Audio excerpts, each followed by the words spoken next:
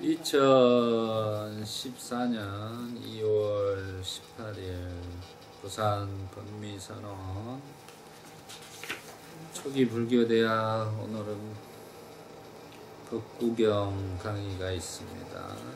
먼저 빨리에 붓다 담마 상가누 사티파이타를 하고 강의를 하겠습니다.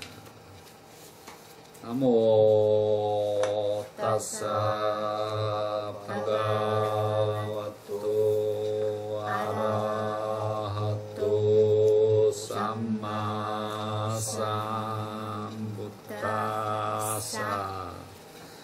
나모 따사 바가와토 아라하토 삼마 삼부타사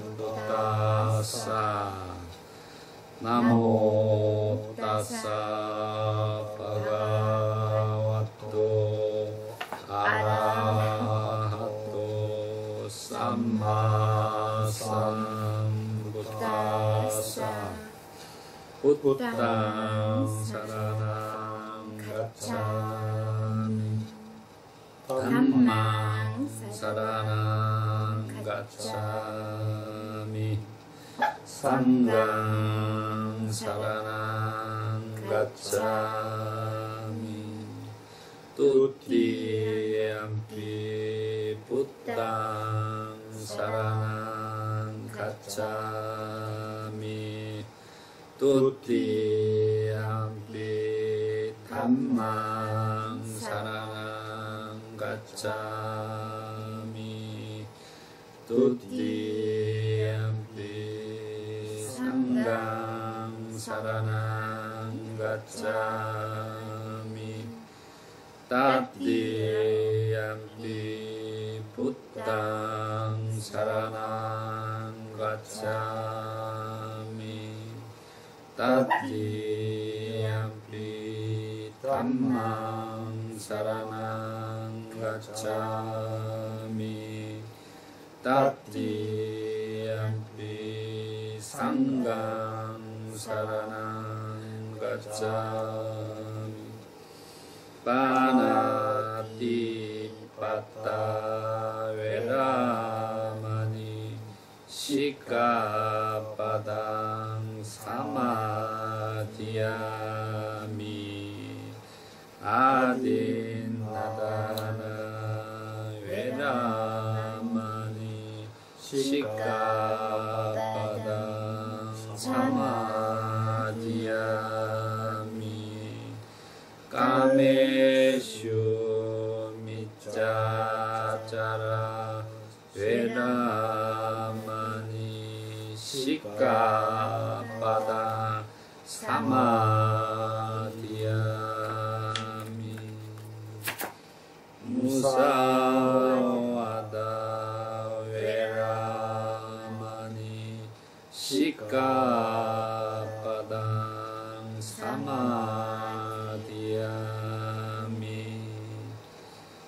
수라메라야 마짜바마타타나 웨라마니 시카빠당 사마디야미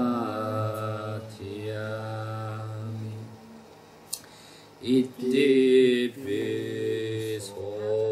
바가와 아라항 삼마 삼부ddha vicacarana sampano sukato rokkaidu anuttaro purisha dhamma sarati sattadeva manusanam buddho bhagava suakato bhagavato dhamma santitigo akariko 빠식고 오빠네 있고 빠짜 땅 외디 따뽀웬유이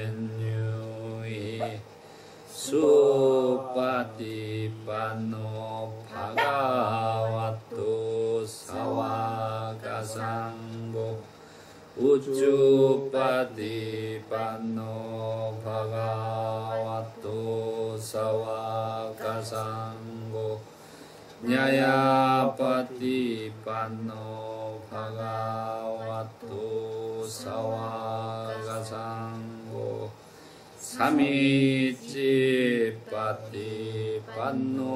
바가와토 사와가상고 야디낭 짜타리 우리샤유가니 아타 부리샤 보갈라 에사 파가와토 사와가상고 아우네요 빠후네요 타키네요 안잘리 까나리요 안욕다랑 뽕약계당 못가사 와야 담마 상카라 아빠마데나 삼파데타 사티파타나 브라흐마야라 삽베 사타 바완두 수키타타 사두 사두 사두 사티파타나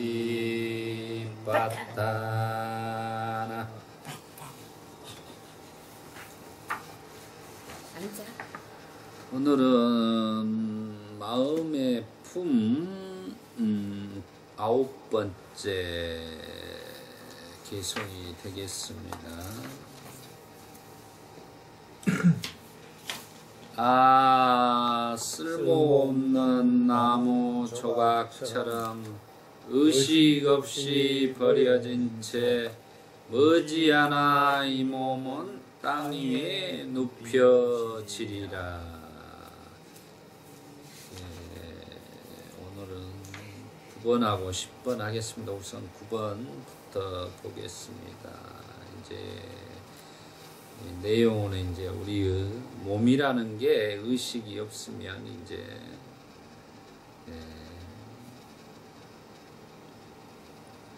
나무처럼 쓰러지리라. 이제 그런 내용이 되겠습니다. 아 쓸모없는 나무 조각처럼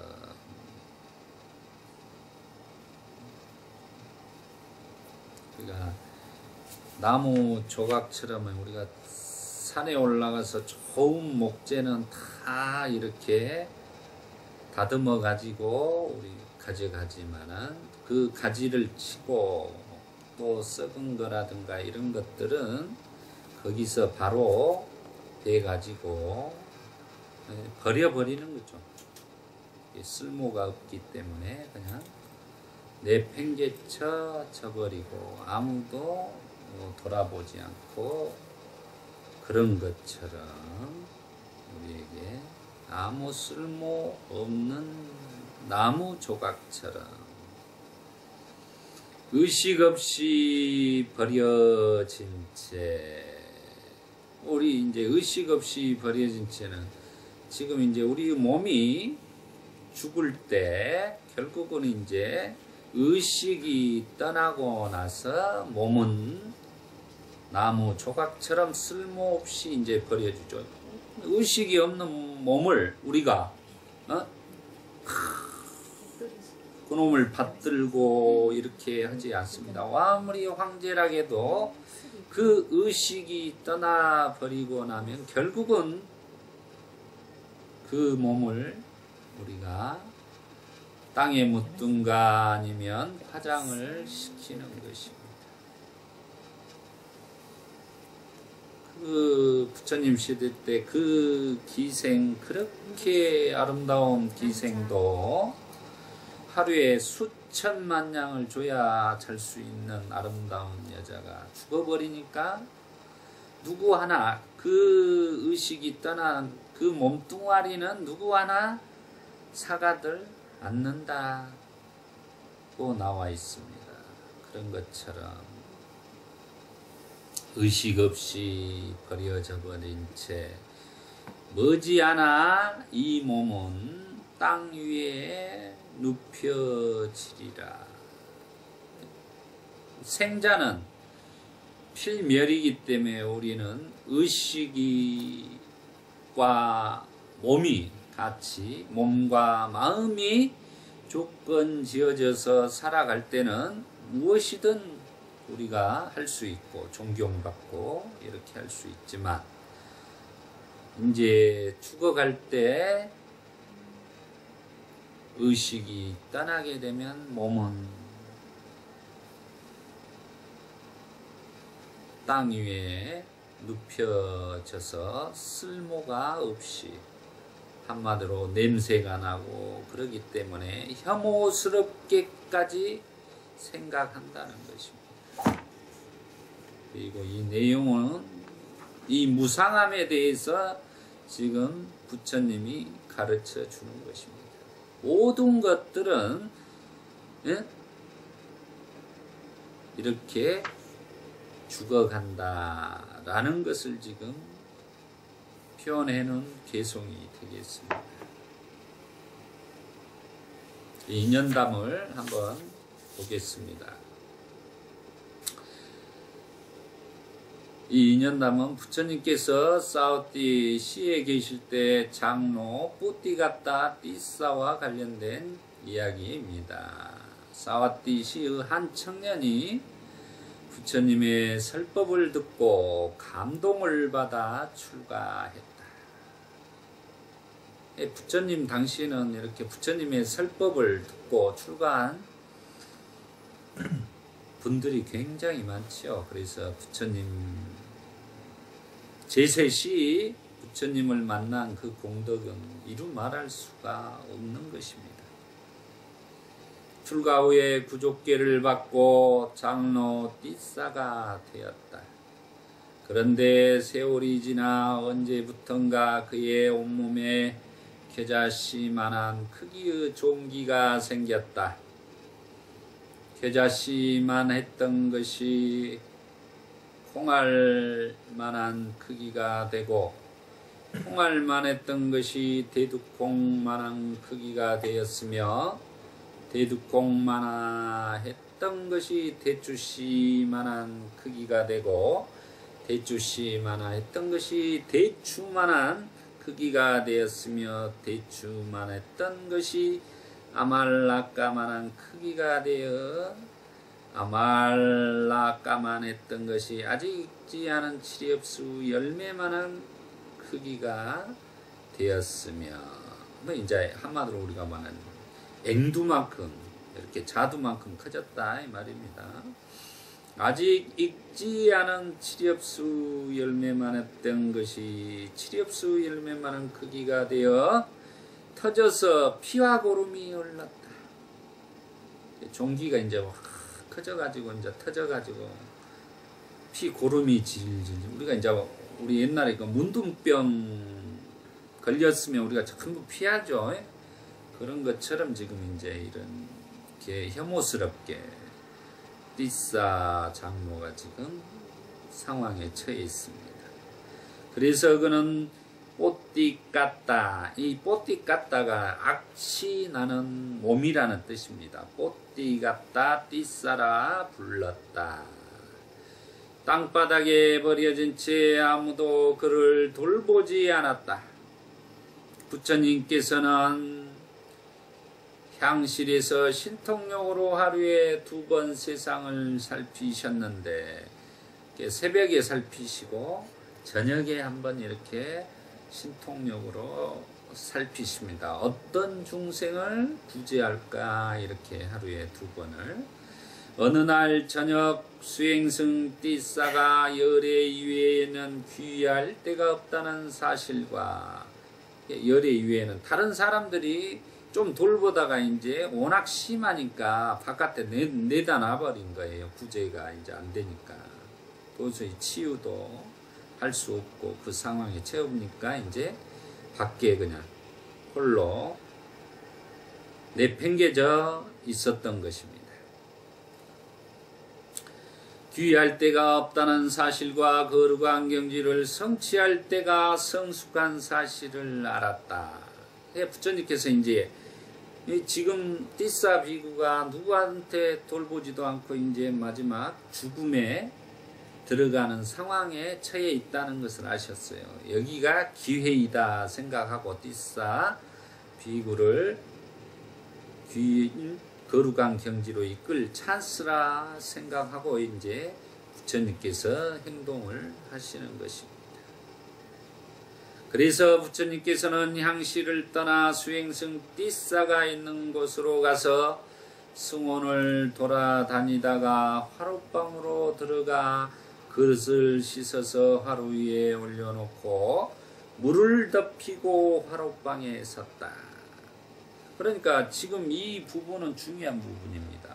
부처님께서 누구도 돌보지 않는 병든 종기에 병들고 내팽개쳐진 사람을 부처님이 직접 가서 지금 치료하고 모욕시키는 장면이에요. 이게 이제 유명한 그림에도 많이 나옵니다. 띠싸 비구를 이렇게 모욕시켜서 직접 선수 모욕시켜서 이렇게 죽음을 맞게 해주는 그런 중요한 장면의 이야기입니다. 이 띠싸 비구에게 병간호를 해서 거룩한 경지에 이르게 하는 내용의 이 내용은 굉장히 불교사적으로 중요한 의미를 가지고 있는 것입니다.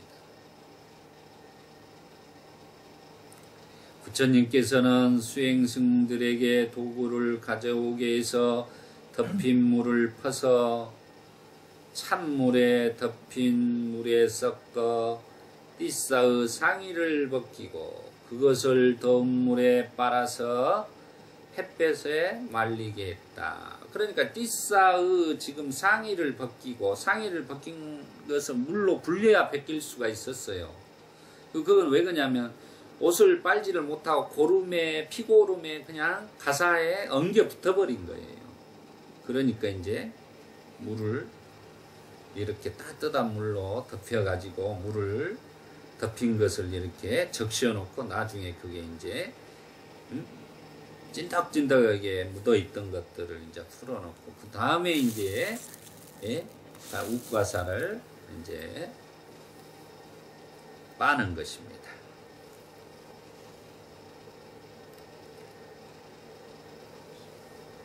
그리고 물이 덮여진 것을 알고 수행승이 누워있는 침대 끝을 붙잡았다. 그러자 수행승들이 세존이시여 물러 서십시오. 우리가 그를 옮기겠습니다. 라고 말했다. 그들은 침대를 가져와 띠싸를 화로방에 옮겼다. 부처님께서는 수행승들에게 도구를 가져오게 해서 덮인 물을 퍼서 찬물에 덮인 물에 섞여 띠싸의 상의를 벗기고 그것을 더운 물에 빨아서 햇볕에 말리게 했다.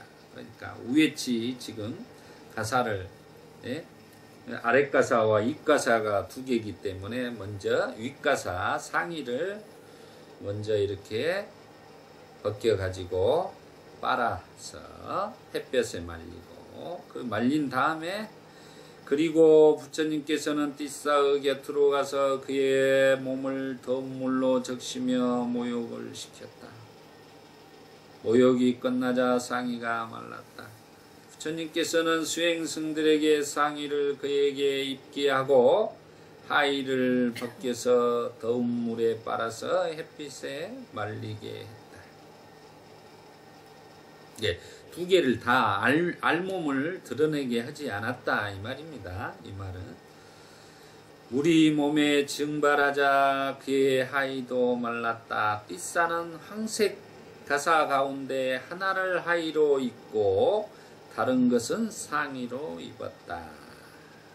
이제 깨끗이 빨아가지고 이제 옷을 가사를 입었습니다. 그리고 그는 몸이 상쾌해지고 마음은 통일되어 침대에 누웠다.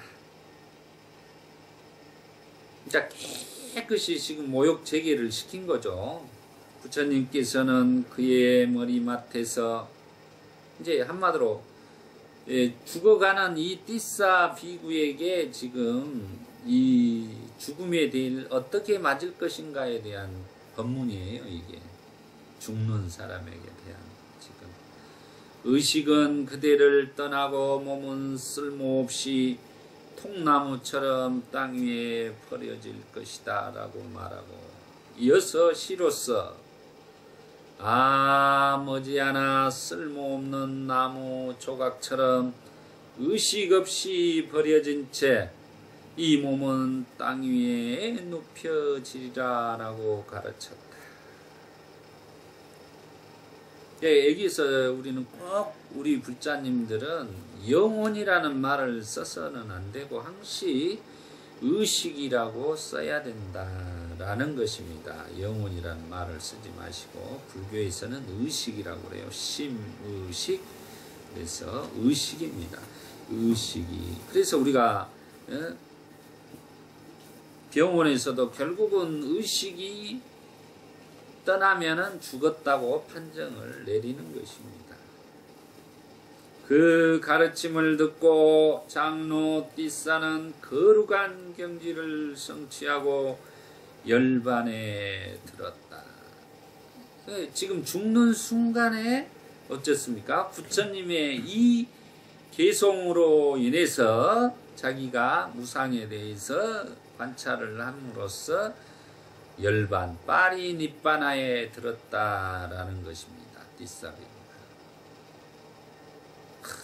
얼마나 대단한 일입니까? 부처님이 그의 장례를 지내고 유고를 수습하여 안치하라고 지시했다. 그러니까 한마디로 부처님이 이 화장을 해가지고 유고를 수습하여 안치하러 탑묘를 만들어라 그랬다 이 말입니다.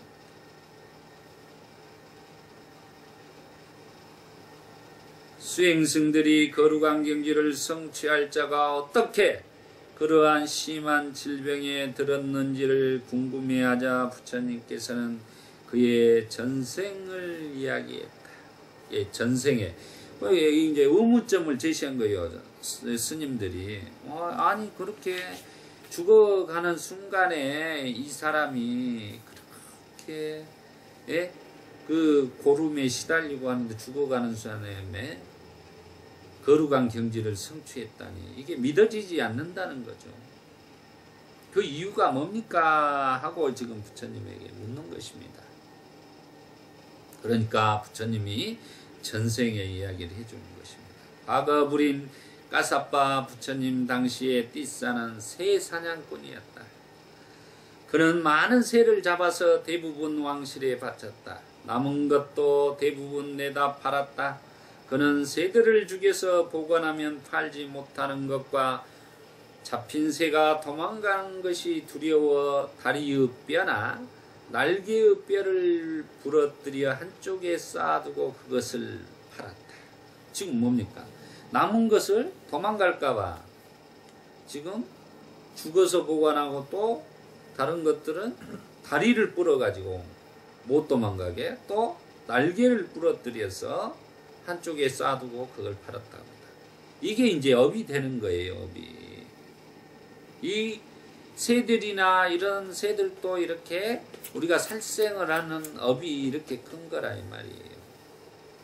그러니까 아까 우리 선생님이 말한 것처럼 개들도 마찬가지로 그 개들을 잘 보호해주고 이렇게 해주는 게 선을 행하는 거야. 만에 개들을 이렇게 살생을 하고 개를 잡아다가 뭐 보신탕이나 이런 것들을 해서 하는 사람들은 실은 그 업이 얼마나 크겠어요. 우리 불자님들은 이제 보신탕을 안 먹는 것입니다. 너무 많으면서 자신의 요리해서 먹었다. 너무 많으면 자신이 요리해서 먹었다. 어느 날 맛있는 음식을 요리했는데 한 번뇌를 부수님이 자신의 집으로 탁발을 왔다.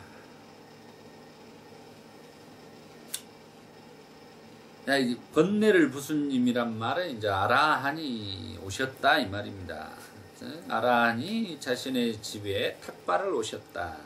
띠싸는 그 장로를 보고 신심이 생겨나 그 순간에 이렇게 하지만 그 순간에 그 아라한을 보고 이 사람이 마음이 확 바뀐 거예요 지금. 그래서 갑자기 신심이 난 겁니다. 나는 많은 생명을 죽여서 먹었다. 고귀한 님이 내 집 앞에 있고 집안에는 맛있는 음식이 있다. 그에게 탁발 음식을 보시하자라고 생각하여 바루를 받아서 맛있는 음식을 채워서 장로에게 옷에 투지하고 존자여 그대가 본 최상의 원리가 제게도 구현되어지다 라고 말했다. 그러니까 지금 뭡니까? 이 음식을 바치면서 지금 과거생의 띠싸 장로가 그 아라한에게 음식을 바치면서 서원을 하는 거예요. 서원. 이게 당신이 깨달은 것처럼 나도 다음에 깨달음을 아라한이 될 수 있도록 해 주소서 이 말입니다. 이 말은 장로는 그렇게 이제 축원을 해주는 거예요. 음식을 얻어먹고 그렇게 말하니까 그렇게 될지어다 라고 축원을 합니다.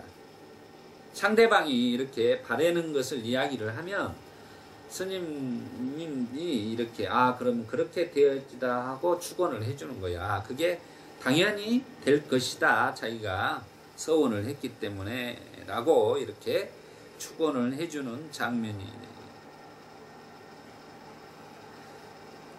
그대가 본 최상의 원리가 제게도 구현되리다 말했다. 장로는 그렇게 될지어다 라고 감사의 말을 축원의 말을 했다. 수행승들이여 그때 행한 행위의 힘으로 띠싸는 이렇게 된 것이다. 그럴 때 지금 아라한에게 공양을 올린 공덕으로 띠싸 장로가 아라한이 된 거예요. 새들의 뼈를 부러뜨린 결과로 사지가 썩었고 뼈가 부러졌고 번뇌가 부수어진 님에게 탁발 음식을 공양한 걸로 결과로 거룩한님이 되었다 이런 겁니다. 그러니까 새들에게 뼈를 부러뜨린 결과로 본인이 나중에 사지가 썩었고 뼈가 부러졌다는 겁니다.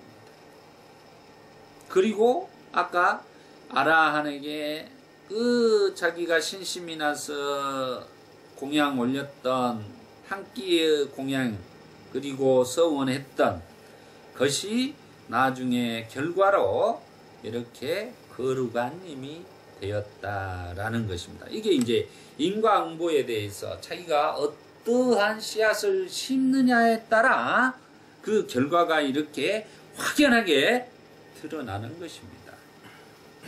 그래서 우리가 동물들, 우리가 그래서 불교에서는 이렇게 자기가 안거 기간에 이렇게 돌아다니게 되면 예전에 많은 미생물들이나 생명들을 죽이기 때문에 안거 기간에는 그 같이 이렇게 모여서 살았던 것이에요. 예, 불교는 철저하게 모든 생명들을 살생하지 않고 그 자비심으로 이렇게 사랑하는 것이 중요한 것입니다. 그게 업을 쌓지 않는 길이에요. 말 못한 짐승이라고 해서 자기가 성질 난다고 발로 차고 두드러 패고 이렇게 해버리면 그게 이제 업이 되는 거예요. 나중에 자기가 그거이 쌓이면 나중에 자기가 다음 생에는 이제 두드러 맞아서 죽게 되는 거예요. 한마디로. 그 원인 때문에. 자, 10번 계속 보겠습니다. 같이 읽어보시죠. 적이 적을 대하고 원적이 원적에 대하는 것보다 잘못 지향된 마음이 자신을 대하는 것은 더욱 나쁘다. 우리 법미선언 예경문에 이 내용이 나와 있습니다. 아주 중요한 내용. 이 정도는 외우고 있어요. 적이 적을 대하고 원적에 대하는 것보다 잘못 지향된 마음이 자신을 대하는 건 더욱 나쁘다. 적이 적을 대하고 적이 적을 대하는 것은 우리가 전쟁터에서 적과 이렇게 싸우는 것을 이야기하죠. 원적이 원적에 대하는 것보다 원적이 원적에 대하는 것이다. 이것은 자기 자신을 정말로 처절하게 이렇게 원수거나 한마디로 끊임없이 원한 관계에 쌓여서 살아가는 이런 상태를 이야기를 하는 것입니다. 그런 것보다 잘못 지향된 마음이, 그러니까 우리가 그런 원수지간, 철천지 원수지간의 그것보다도 잘못 지향된 자신의 잘못된 마음, 잘못 일으키는 마음이 자신을 대하는 것이 더욱 나쁘다라는 거예요. 왜? 그것은 자신의 그 잘못 지향된 한마디로 뜻 자체, 신구 위에서 자기의 한 생각이 악업을 일으키면 그것은 수천만 급에 빠져나올 수 없는 악행을 저지르는 것과 똑같습니다. 그게 이제 우리가 불교에서 십불선업도라 그래요.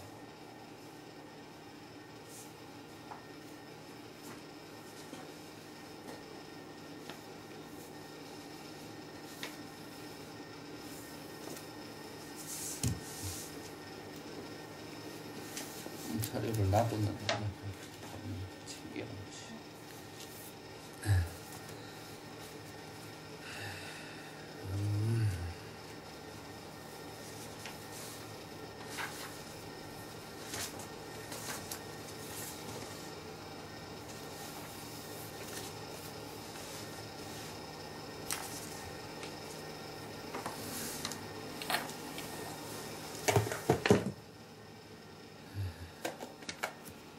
우리가 십불선업에 대해서는 이제 몸으로 짓는 거, 입으로 짓는 거, 마음으로 짓는 10가지의 행위를 말하고 있습니다. 그러면 자기가 그렇게 잘못된 마음으로 신구의 삼업을 짓게 되면 한마디로 낮은 존재로 태어나가지고 머리를 들지 못하고 백천생 동안을 머리를 들 수 없다, 이렇게 말하는 것입니다. 그러니까 우리가 자기의 마음을, 일어나는 마음을 선한 쪽으로 돌리지 못하고 악한 쪽으로 한 행위는 결국은 수천 만생에 자기가 낮은 세계에 태어나 머리를 들고 살지 못할 정도로 고통을 받는다라는 것입니다. 한마디로 자기 원수간에 3대 4대 원수간에 서로 죽이고 살리고 이 정도는 너무나 쉬운 거예요. 하지만 자기가 한번 잘못된 마음으로 자신의 그 불선업을 저지르게 되면은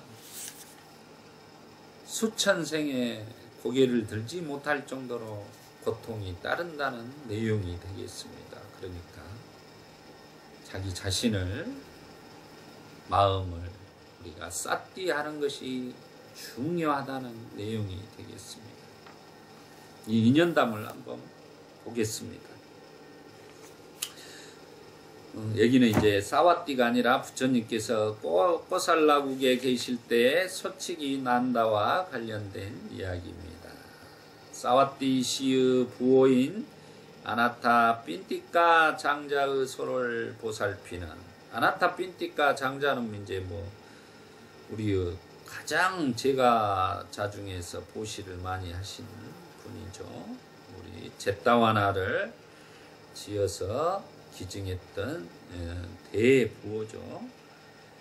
아나타 빤티카 장자의 소를 보살피는 소칙이 난다가 있었다. 난다도 많은 재산을 가진 부호였다. 이거 한마디로 아나타 핀티카 장자의 소를 보살피는 소칙이 난다도, 소치는 난다도 부호다 이 말이에요. 아나타 핀티카 장자가 얼마나 돈이 많았는가를 알만하겠죠. 그는 소의 5가지 생산물을 가지고 아나타 핀티카의 집에 가서 부처님의 가르침을 들었다. 난다는 부처님을 자신의 집에 초대했으나 난다의 지혜가 성숙하기를 기다리던 부처님께서는 그의 요청을 거절하였다. 그러니까 지금 아나타 핀티카 집에서 항시 부처님의 이제 공양청을 해서 부처님 가르침을 듣는데, 난다가 듣다가 자기도 공양청을 해서 모시고 싶은데 부처님이 거절하는 거예요. 때가 아니다. 시절 인연이 무르익지 않았다라는 거. 이 타이밍을 기가 막히게 맞춥니다. 부처님께서는 보면 딱 그 시기가 됐을 때 탁 던져서 졸탁동시를 하는 거예요. 우리가 병아리가 나오기 전에 거기서 부화하고 나오기 전에 마지막에 여기서 안에서 탁탁탁 쪼여야 때 바깥에서 어미가 탁 쪼아주면 이 알이 깨져서 나오는 것을 우리가 졸탁동시라 그래요.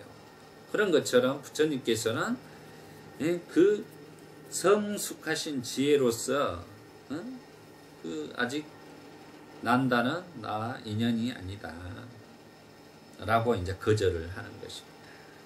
이게 웬만하면 이 경전에 보면 부처님께서 거절하는 대목이 없어요. 이 공양청을 했을 때 대부분 이렇게 침묵으로 일관하면 그게 이제 오케이 하는 거예요. 근데 이 대목은 제가 이제 보면은 거절하는 장면이 나오는 대목입니다. 요청에. 예, 거절했던 것도 뭐 단지 그 난다가 싫어서 거절했거나 그런 게 아니라 이 난다를 기회가 돼서 아직은 때가 아니니까 기회가 되면 깨우쳐 주기 위해서 거절하는 내용이다라는 것을 이해하시면. 그런데 어느 날 부처님께서는 많은 수행승의 무리와 함께 탁발을 하다가 그의 지혜가 무르익은 것을 알아채고, 뭐 이렇게 지혜가 이른 것을 시간을 기다렸다가 그 지혜가 무르익은 것을 알아채고 난다의 지혜가 무르익은 것을 알아채고 길을 벗어나 난다의 저택 근처의 한 나무 아래에 앉아 있었다. 딱 이제 공양청을 아직 안 했기 때문에 이렇게 가서 그 저택 근처 나무 아래에 앉아 있는 거예요. 공양청을 했으면 이제 가는데, 이거 이제 난다의 공양청을 예전에 거절했고 아직 정식적으로 공양청을 받지 않았기 때문에 가서 이제 의도적으로 난다 집 저택 근처 한 나무에 앉아 있는 거죠. 난다는 부처님께 와서 인사를 드리고 완부를 주고받은 뒤에 부처님을 초대했다. 이제 이렇게 거기서 부처님을 뵙고 이제 초청을 하는 거죠. 공양청을 하는 거죠. 그는 부처님과 500명의 수행승을 초대하여 이래 동안 소의 5가지 생산물로 공양을 올렸다. 대부분 이렇게 초청을 하면 보통 뭐 이래, 뭐 한 달, 뭐 이제 3개월 막 이렇게 공양을 올려요. 그때 당시에 보면 공양청을 하게 되면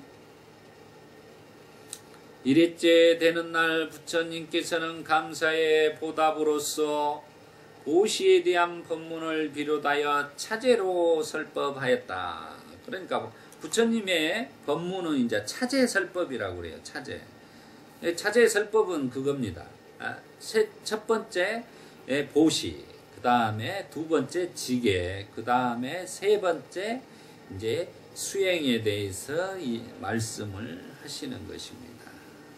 그걸 이제 차제의 설법이라고 합니다. 법문이 끝나자 난다는 흐름에 든 경지를 성취했다. 흐름에 든 경지는 바로 성인과 중에 바로 수다원가입니다. 예류자라고 하죠. 가장 성인가의 가장 첫 번째로 들어가는 수다원가를 이야기를 하고 있습니다. 난다는 법회가 끝나자 부처님의 발호를 받아들고 먼 데까지 배웅을 하였다. 근데 이때 보면은 그 대부분 부처님 발호를 이렇게 받아가지고 이렇게 공양을 올리고 또 이렇게 올려서 다 하면 그 발호를 받아가지고 이렇게 시공을 하는 거예요. 음식 시공까지 다 해서 하는 것입니다. 부처님이 발호를 안 받으면 그럼 발호를 들고 계속 따라가야 되는 거예요. 근데 부처님의 사촌 동생인 난다를 출가시킬 때 여기 이제 소치는 난다 말고 난다를 출가시킬 때도 이제 결국은 그 발호를 받지 않고 끝까지 승원으로 데려가서 출가를 시켰던 거죠. 난다는 법회가 끝나자 부처님의 발호를 들고 먼 데까지 배웅을 하였다. 부처님께서는 제자여 그만 멈추어라 라고 하자. 왜? 이제 그만 따라오라고. 이제 주라. 발호를 나에게 주라. 이제 그런 거예요. 제자여 그만 멈추어라. 곧바로 길을 되돌려 돌아갔다. 그러나 그 순간에 사냥꾼이 화살을 쏘아 난다를 죽였다. 그러니까 부처님을 배웅하고 나서 난다가 집으로 돌아가는 순간 사냥꾼의 화살에 맞아 난다가 죽은 거예요. 얼마나 기막힌 일입니까 우리가. 부처님을 위해서 공양을 올리고 모든 일을 했는데 지금 이렇게 배웅을 하고 돌아가다가 사냥꾼의 화살에 맞아 죽는단 말입니다. 그러니까 그 스님들이 의구심이 들겠어요? 안 들겠어요? 그래서 물어보죠. 수행승들이 돌아오면서 그를 보고 부처님께 묻습니다. 세존이시여 우리가 이곳으로 오지 않았으면 그가 죽지 않았을 것입니다. 라고 불평하자. 이런 일이 허다하게 많아요. 그때마다 부처님은 얘기를 해주십니다. 그때 얘기를 해주면서 그것을 전생의 그 업에 대해서 이야기를 하고 또 미래생에 어디에 태어났을까에 대해서 과거, 현재, 미래에 대해서 분명하게 이해를 시킵니다. 그래서 원인과 결과의 법칙, 인과의 법칙을 철저하게 부처님께서는 제자들에게 가르쳐 주셨다는 거예요. 그렇게 논리를 풀어 가신 거예요. 부처님께서는 내가 가든 가지 않든 그가 동서남북에 어디에 있든 그 사이 방향 어디에 있든 죽음을 피할 수 없을 것이다. 이 말은 뭔 말입니까? 부처님께서 한 말은 부처님이 거기 갔든 안 갔든 그게 중요한 게 아니다는 거죠. 자기의 과거생에 뿌려놓은 결과로 인해서 그 죽음은 피할 수 없을 것이다 라고 이야기를 하는 것입니다. 자기가 뿌려놓은 대로 자기가 거둔다는 내용이 되겠습니다. 이렇게 무서운 거예요. 인과의 법칙이. 도적이나 도둑이 행하는 것보다 안으로 타락하고 잘못 지향된 마음이 행하는 것이 더욱 나쁘기 때문이다 라고 말했다. 그러니까 지금 난다, 이 소치는 난다가 과거생의 이야기를 이제 여기서는 안 나왔네요. 과거생의 그 원인을 쌓아가지고 지금 부처님에게 이렇게 그나마 어떻게 됐죠? 부처님을 공양청해서 다행히 죽기 전에 수다원과에 들었다 이 말이야. 성운과에. 성인과에 들어서 죽으니 이 사람은 이제 다행인 거죠. 근데 그 인연마저 없었으면 이 사람은 어찌 했을까? 이 생각도 해봐야 된다는 거죠. 도둑이 행하는 것보다 안으로 타락하고 잘못 지향된 마음이 행하는 것이 더욱 나쁘기 때문이다. 그러니까 자기의 잘못된 마음, 잘못된 곳으로 지향된 마음이 나쁘다 이 말이에요. 우리가 한번 가지가 동쪽으로 휘어진 가지는 결국은 동쪽으로 쓰러지는 거예요. 나무가. 그런 거와 똑같은 것입니다. 그래서 우리가 이 마음의 습관을 자기가, 그래서 부처님이 마음의 품에서 자기 마음을 다스려라 한 것입니다. 그 마음을 다스리는 것은 바로 사띠라는 기능으로서 다스리는 것이다 라는 거예요. 결국은 마음을 다스리라는 뜻입니다. 이 마음의 품에는 그 다스리는 방법이 결국 사띠하라 그럽니다. 사띠하라. 사띠가 생명이에요. 생명을 살리는 거예요. 결국은 인간의 생명을 살리는 것이 사띠입니다. 그리고 이어서 시로서 적이 적을 대하고 원적이 원적에 대하는 것보다 잘못 지향된 마음이 자신을 대하는 것이 더욱 나쁘다라고 가르쳤다. 이 가르침이 끝나자 많은 사람들이 흐름에 든 경지 등을 성취했다. 이렇게 되어 있습니다.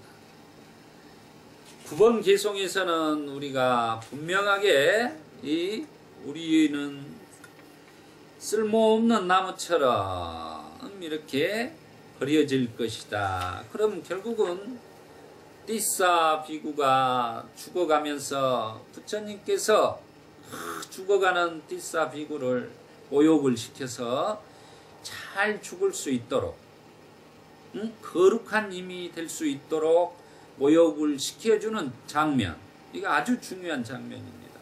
부처님께서 그 종기의 피 고름을 닦아내는 그 부처님의 모습을 우리가 생각해 봐야 된다는 거죠. 그리고 나서 이렇게 법문을 통해서 우리가 웰다잉 잘 죽을 수 있도록 거룩한 힘으로 죽을 수 있도록 하는 이렇게 중요한 법문을 해 주신다는 거죠. 죽어가면서 거룩한 힘이 되는 띠사 장로가 과거생에 새를 잡아가지고 다리를 부러뜨리고 날개를 꺾어놓은 그 과보로 인해서 자기 자신이 뼈가 부스러지고 고름에 힘들게 살아가는 모습, 또 그리고 자기 집에 야란이 왔을 때 그 공양을 올리면서 서원했던 나도 아라한이 대신 스님처럼 나도 다음에 아라한이 되기를 소원합니다 했던 것 결과로 인하여 결국 죽어가면서 띠사 장로가 아라한이 되었다는 내용입니다. 그리고 10번째 개송에서는 적이 적을 대하고 원적에 대하는 것보다 잘못 지향된 마음이 자신을 대하는 것이 더욱 나쁘다는 것입니다. 원수보다 그런 게 원수끼리 싸우고 전쟁에서 우리가 싸우고 그런 것보다 가장 잘못된 것은 자기 자신의 마음에서 일어나는 한 생각의 마음 선이냐 악이냐가 중요하다는 거예요. 그 선업, 불선업을 마음에서 일어나는 것을 우리가 삿띠하지 않으면 안 된다는 것을 강조하는 대목이 되겠습니다. 부처님께서는 그래서 삿띠를 강조하는 것입니다. 이 마음이라는 것은 결국은 우리가 대상에 따라 선업과 불선업에 물들기 마련입니다. 선업으로 우리가 향할 것이냐 불선업으로 향할 것이냐는 자기 자신이 그 마음을 다스려야 된다는 것입니다. 그 마음을 다스릴 수 있는 기능 자체는 삿띠라는 알아차림이라는 기능으로서 다스릴 때 자기 마음을 다스릴 수 있다고 하는 대목이 되겠습니다. 오늘은 여기까지 하고 전법 선언문하고 축원하겠습니다. 어느 때 부처님은 바라나시의 이시바타나의 사슴동산에 계셨다. 제자들 60명이 아라한이 되었을 때 부처님은 제자들을 모시고 말씀하셨다. 비구들이여 나는 모든 속박에서 벗어났다. 그대들도 또한 모든 속박에서 벗어났다. 중생의 이익을 위하여 중생의 행복을 위하여 길을 떠나라. 세상에 대한 자비심을 가지고 존재하는 모든 것에 대한 자비심을 가지고 신들과 인간의 이익과 행복을 위하여 길을 떠나라. 둘이 함께 같은 길을 가지 마라. 처음도 훌륭하고 중간도 훌륭하고 끝도 훌륭하고 바른 뜻과 문장을 갖춘 가르침을 설하여라. 완전하고도 청정한 수행의 삶을 보여주어라. 세상에는 더러움에 덜 물든 사람들도 있다. 다만 그들은 가르침을 듣지 못하였기 때문에 멀어졌지만 만일 그들이 가르침을 듣는다면 그것을 곧 알아들을 것이다. 비구들이여 나도 또한 가르침을 설하기 위하여 우루엘라의 세라니 마을로 가야겠다. 축원하겠습니다. 오늘 법구경 마음의 품 9번 10번 개송을 공부한 공덕으로 우리 법우님들 이 생에 몸과 마음의 고통이 소멸하여 도과를 성취하시기를 축원합니다. 사두 사두 사두 사띠바타나 수고하셨습니다.